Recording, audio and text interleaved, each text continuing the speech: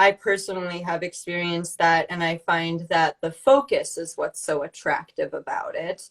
Um, and on the flip side of that, when the focus is turned negative, it can be extra painful. Recognize me. um, I remember listening to a Ra lecture, and he was talking about projector focus, and for the first time he talked about it like, yeah, well, when that focus is negative, it can be very stabby. It can be like a razor cutting through you.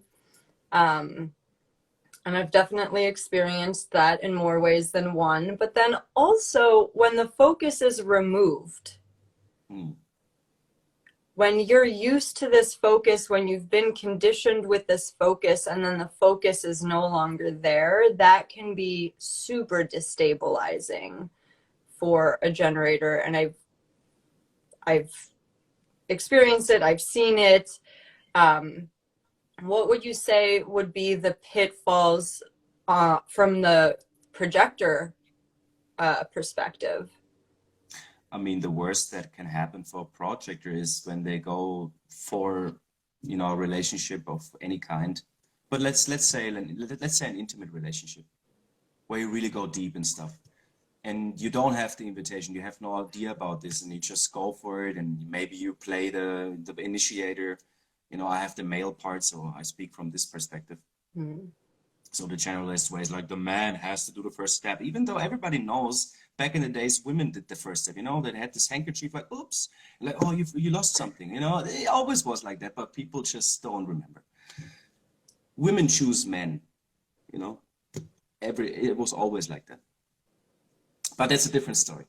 So I would say the worst case would be like you initiate something, you kind of get hooked because of the centers, because of the sacral and any other center that's happened to be there, but mostly the sacral. And then you kind of, you work, you do your stuff, you try to be the provider and all of this general blah, blah, blah. Mm. I had a life like that. I know it. I Mm. know I had two jobs and tried to provide. And when this generator is then just, moving out or saying, yeah, I don't give you any energy anymore, Mm. you doubt your own existence Mm. because you can't really understand why you cannot do it anymore. And then you just, make up reasons, for example, like, oh, this is maybe because I'm sick. And then you go to the doctor and you got to pay the doctor to find out that there is nothing. Or the doctor maybe find out that there is something, but you need to do this then. And it's like you end up in this vicious circle of having a messed up life. Mm. And Mm. the hardest thing is that you cannot really get out of a relationship as a project. It's my perspective. I know projects say, oh, I can go whenever. Yeah, okay. I can't. And the people that I know personally, they tell me the same. It's very hard. So of course I can end a relationship, but I cannot just go. Mhm. Mhm. It's because this is like when there is something like an invitation happening and there is my focused aura, it's like a key and lock, and I cannot Mhm. just rip it off. It's Mhm. it's there. Mhm. It's a connection. Mhm.